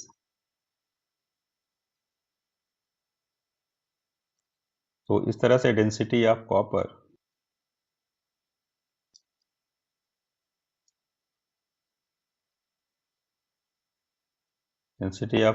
Row is equal to 1 × 10⁻³ kg per metre cube. अब इस डेंसिटी से आपको जो इंफॉर्मेशन और दिया हुआ है सबको रिलेट करते हुए ये बताना है कि किस टाइप का क्रिस्टल है। मैंने हालांकि पहले बता रखा है कि ये क्यूबिक क्रिस्टल में ही आएगा और फेस सेंटर क्यूबिक होगा कॉपर, लेकिन फिर भी आप इसका कैलकुलेशन कीजिए जो गिवन डेटा दिया हुआ है। एक लास्ट ऑप्शन देखिए, लिखा हुआ है देयर इज इनसफिशिएंट डेटा। तो डेंसिटी कैलकुलेशन के लिए क्या इनसफिशिएंट डाटा दिया हुआ है, ये डाटा सफिशिएंट है? दोनों देख लीजिए, बातें आप वेरीफाई कर लीजिए। तो अगर मैं डेंसिटी कैलकुलेट करता हूं तो उसके लिए फार्मूला होता है N effective multiplied by capital M divided by A cube multiplied by N A. तो एवोगाड्रो नंबर तो चलो कांस्टेंट ही है, ठीक है, एवोगाड्रो नंबर कांस्टेंट है। लैटिस पैरामीटर दिया हुआ है 0.36 नैनोमीटर। क्यूबिक क्रिस्टल में कह रहे हैं ये आएगा। एटॉमिक वेट दे रखा है। So now please calculate the value of, क्या कैलकुलेट करेंगे बताओ, क्या कैलकुलेट करने से क्रिस्टल का आइडिया लगेगा? N effective N effective, yes, an effective calculate कर लीजिए, क्रिस्टल का आइडिया हो जाएगा कि 1 आएगा तो सिंपल क्यूबिक, 2 आएगा तो बॉडी सेंटर, 3 आएगा तो कुछ बोल नहीं सकते, 4 आने। Sir atomic weight atomic mass unit में लेते हैं ना? लेकिन उसी के बराबर में अगर ग्राम में मोलर मास ले लोगे तो आपका काम आसान हो जाएगा। मतलब सर मॉलिक्यूलर वेट सॉरी मतलब मोलर लेते हैं तब हम ये एटॉमिक वेट दे रखा है 63.5 AMU होगा इसका वेट, ठीक है, 63.5 AMU। इतने ही एटम, इतने ही मटेरियल को जो 63.5, इसमें अगर ग्राम में ले लो इसको, तो इतने ग्राम मटेरियल में या क्रिस्टल में एवोगाड्रो नंबर के बराबर एटम है। तो जो एटॉमिक वेट दिया रहता है वो AMU में रहता है। AMU में एक एटम का मास AMU में 63.5 AMU है, और अगर उसको ग्राम में कन्वर्ट करते हो तो एवोगाड्रो नंबर से उस वैल्यू को डिवाइड कर दीजिए, ठीक है, और वो ग्राम में आ जाएगा। फिर ग्राम में AMU से ग्राम में ले जाना है, इसका मतलब एवोगाड्रो नंबर से डिवाइड कर देना है। वो अंडरस्टूड होता है कि उतना ही मोलर, एक मोल का मास होगा ग्राम में, जितना एटॉमिक मास होता है, एटॉमिक वेट होता है, उतने ही अमाउंट को आप ग्राम में लिखेंगे तो वो मोल का मास है, 1 मोल का मास, ठीक है। चलिए एन इफेक्टिव देखिए कैलकुलेट करके कितना आता है इस केस में, इस क्वेश्चन के लिए। सो density of copper 8.96 into 10 to the power 3 होगा ना? हाँ, एक मिनट मैंने गलत लिख दिया है शायद, 1 मिनट में करेक्ट करता हूँ उसको, मैंने वाटर वाला ही लिख दिया, 1 सेकेंड, 8.96 मल्टीप्लाई ही नहीं किया।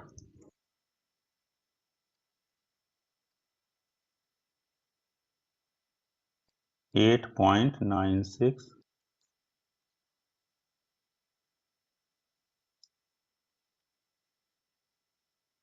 कैलकुलेट कीजिए।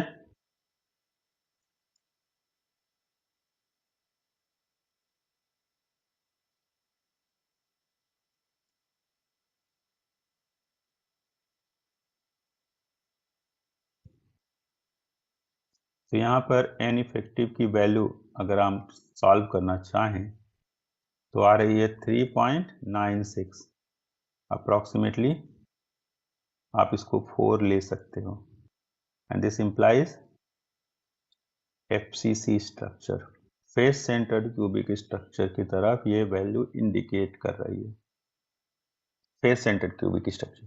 तो गिवन लैटिस पैरामीटर को डेंसिटी के साथ रिलेट किया तो हमें लैटिस के बारे में आइडिया लगा, क्रिस्टल के बारे में आइडिया लगा कि उसमें 4 एटम्स हैं, unit cell has 4 atoms, 4 atoms kg में लेंगे ना इसका?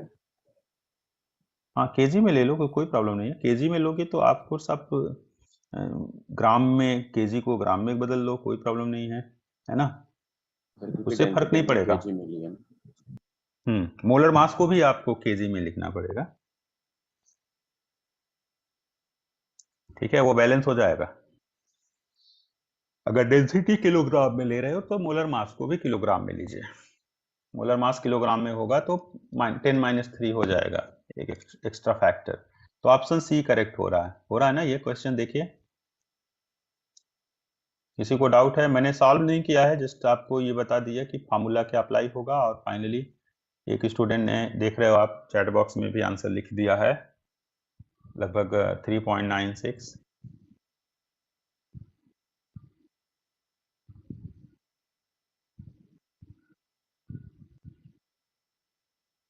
ओके सर ये जो एटॉमिक वेट दे रखा है 63.5, ये एटॉमिक क्योंकि एक एटम का वेट भी लेते हैं ना हम सर?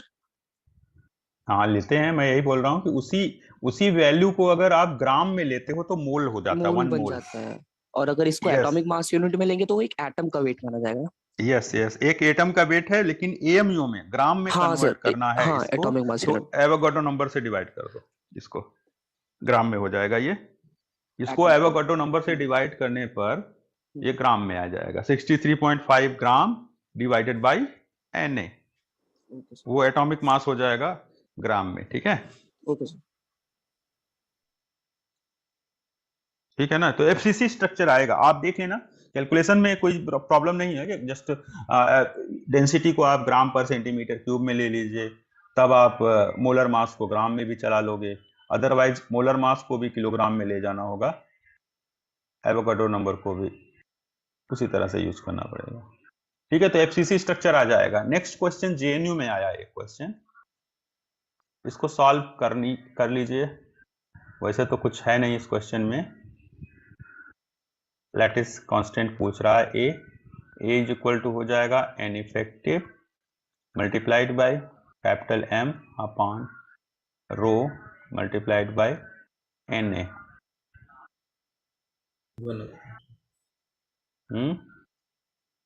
तो जो वैल्यूज पुट करोगे क्या ऑप्शन आएगा? पिछले क्वेश्चन में जो दिया था यहाँ कैलकुलेट करना है। पिछले क्वेश्चन और ये क्वेश्चन कॉमन है, डेटा सेम टू सेम वही है, क्रिस्टल कॉपर है। ठीक है, डेंसिटी कैलकुलेट करोगे तो आपको पता चलेगा कि एन इफेक्टिव 4 लिखना पड़ेगा एफसीसी के लिए, कैपिटल एम लिखना पड़ेगा 63.55, ग्राम में अगर लिखोगे तो ये ग्राम हो जाएगा। डेंसिटी की वैल्यू 8.9 ग्राम पर सेंटीमीटर क्यूब है। एवोगाड्रो नंबर को आप 6.022 10⁻23 पुट करेंगे, होल पावर क्यूब रूट लगा देंगे, ये आ जाएगा 0.36 इंटू 10⁻⁻7 सेंटीमीटर, और इससे आप कह सकते हो कि ये 0.36 नैनोमीटर, ऑप्शन ई। तो आप देख रहे हैं कि 0.36 नैनोमीटर इसका आंसर आ रहा है। चेक कर लेना आप लोग इसको। सर लेट सपोज अगर हमें ये पैरामीटर्स याद होते हैं तो सर कैलकुलेट करने की थोड़ी ना ऐसे कोई वो है नेसेसरी? नहीं, जरूरत तो नहीं है, लेकिन सर फिर या भी फिर चेक कर लो। यस सर, हाँ, कभी कभार हो सकता है कि कुछ पैरामीटर्स में चेंज दे दिया हो उन्होंने, वो एग्जैक्ट ना देके कुछ और दे रखा हो जिससे वो डेविएट हो ओरिजिनल उसके पैरामीटर से। कर सकते हो, कंपेयर करके बता सकते हो कि एक बढ़ रहा है तो दूसरा घटेगा या क्या होगा। एक अगर डेटा याद है, सपोज लैटिस पैरामीटर 3.6 एंगस्ट्रॉम अगर लिखते हैं, 3.6 एंगस्ट्रॉम डेंसिटी याद है, तो डेंसिटी बढ़ाने पर लैटिस पैरामीटर कम होता है या ज्यादा होता है, क्या होगा चेंजेस, इसको आप देख सकते हो। अब ऑफ कोर्स आप देख रहे हो कि इनवर्स रिलेशनशिप है, डेंसिटी का क्यूब रूट डिनोमिनेटर में है और लैटिस पैरामीटर, तो डेंसिटी थोड़ा सा बढ़ाओगे लैटिस पैरामीटर कम होगा, लेकिन फिक्स रेशियो जो होगा चेंजिंग वो एक्चुअल फार्मूला अप्लाई करके एक बार जरूर चेक करना चाहिए। ओके, एग्जाम्स में तो चलो ठीक है कि आपको कॉपर का डेटा पूरा याद हो गया और उसके अकॉर्डिंग कंपैरिजन करके आप बता देते हो, तो वो ठीक है, लेकिन कई बार कुछ केसेस में इसको आपको देख के चलना पड़ेगा। ठीक है, तो अभी एक क्वेश्चन जिस्ट का है, ये अभी होमवर्क में मैं दे देता हूं आपको, आप ट्राई करना। क्वेश्चन में है मेटल सफर से structural phase transition from phase centre cubic to simple cubic structure. Structural phase transition है, फेज सेंटर क्यूबिक पहले रहा होगा, बाद में सिंपल क्यूबिक हुआ। तो कह रहे हैं कि जो फेज ट्रांजिशन है उसमें कोई वॉल्यूम चेंज नहीं हुआ, does not involve any change of volume. The nearest neighbour distances, दोनों दो वैल्यू दे रखी है नियरेस्ट नेबर डिस्टेंस, एक है DFC और एक है DSC। तो फेज सेंटर क्यूबिक में जो नियरेस्ट नेबर डिस्टेंस है, सिंपल क्यूबिक में जो नियरेस्ट नेबर डिस्टेंस है, दोनों का रेशियो यहाँ पूछ रहा है क्या होगा।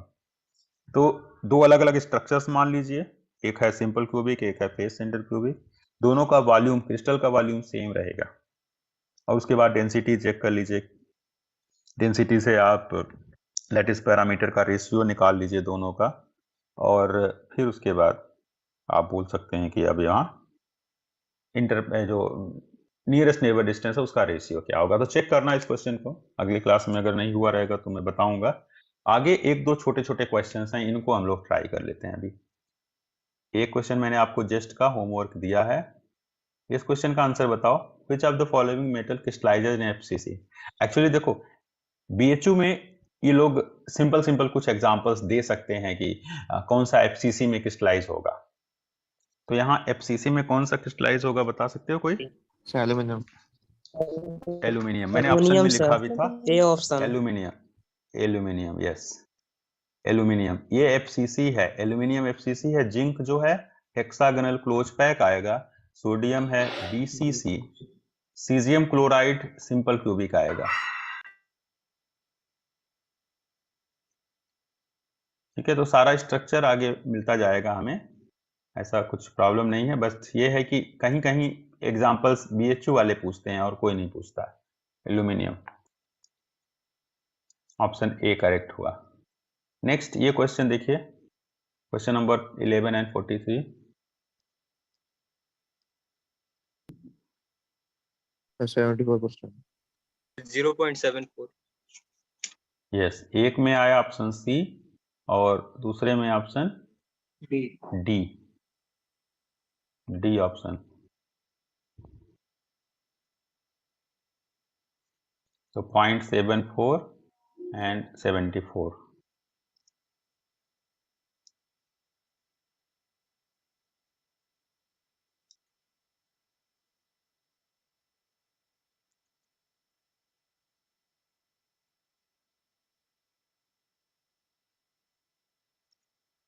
नेक्स्ट क्वेश्चन नंबर 23, ये भी बीएचयू का क्वेश्चन है।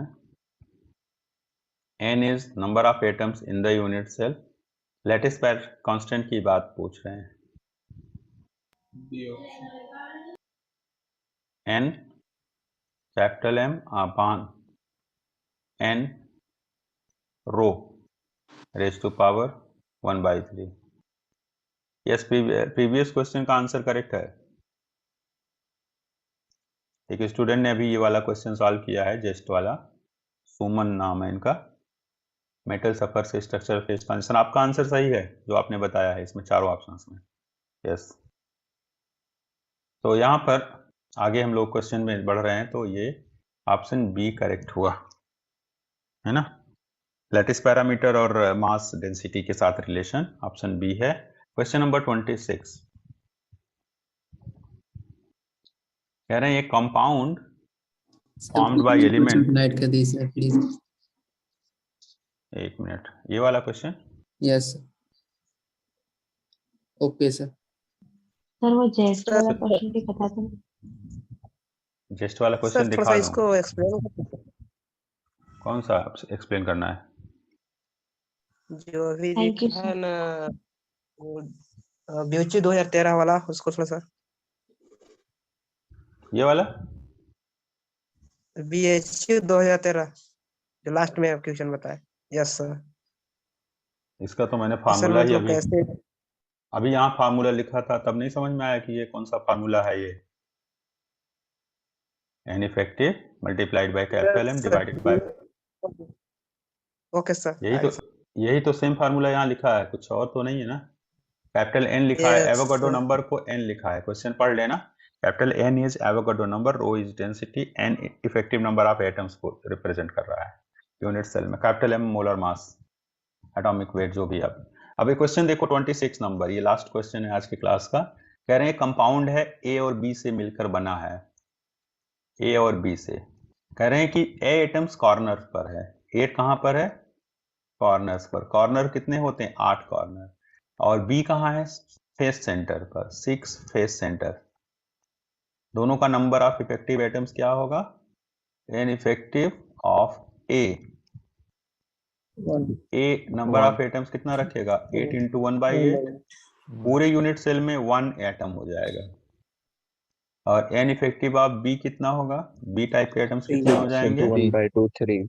6 into 1/2, total 3 atoms of B type.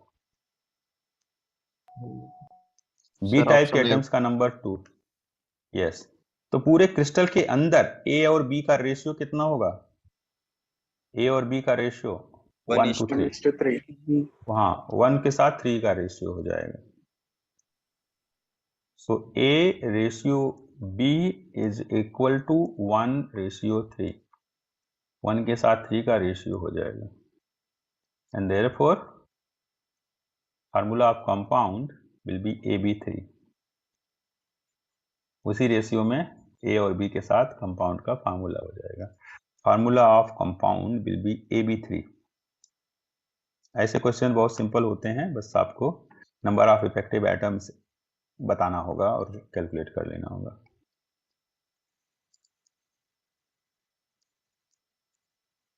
Formula of compound is AB3, option A.